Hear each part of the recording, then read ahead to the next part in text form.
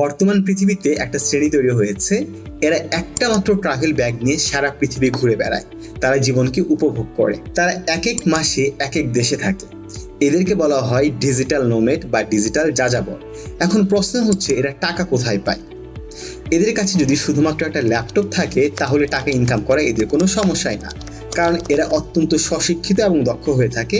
পৃথিবীর বিভিন্ন দেশে এরা রিমোট জব করে, তার মানে সে কোথায় থাকছে এটা মোটেই গুরুত্বপূর্ণ কোনো কিছু নয়। অথবা তাদের একটা ডিজিটাল বিজনেস থাকে। এখন আপনি যদি একটা নমেড হতে চান তাহলে আপনার একটা ডিজিটাল বিজনেস থাকতে হবে, অথবা আপনাকে একটা গ্লোবাল স্কিল সেট তৈরি করতে হবে। আপনি যদি ব্লগার হন, রাইটার হন, কিংবা অনলাইন টিচার হন, প্রোগ্রামার হন, কন্টেন্ট ক্রিয়েটর হন, কিংবা ডিজাইনার হন, তাহলে আপনিও ডিজিটাল নমেড হতে পারবেন। আপনি কি কোনো ডিজিটাল নমেডকে চেনেন? তাহলে আমাকে কমেন্টস করে জানান।